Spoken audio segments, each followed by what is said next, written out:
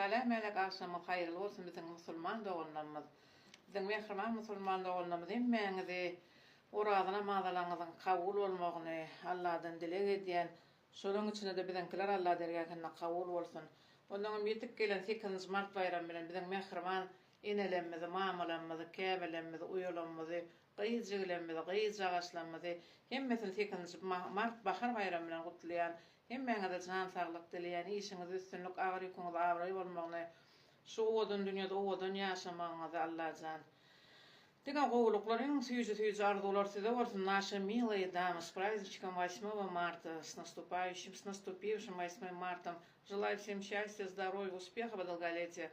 Как говорится, живите весело и дружно. Имейте все, что в жизни нужно. Храня закон любви большой до самой свадьбы золотой. Всех вас с праздничком, мои дорогие, милые дамы, королевы. Ondan men ştaýda kurýerden nary güllerinden owadan 8 Martym owadan gül sowady geldi. Nary güllerini aýratyn köp sag bolsun maýdýan. Işiňiz üstünlük, janyňyz sag, görjüňiz diňe gowlup bolsun. Näme diýler, taňyr ýalkadan sowagyňyza ýazylsyn. Şeýle owadan güller bilen men begenmediňiz. Orada aýyna Allah jan sewdaňyz bolsun.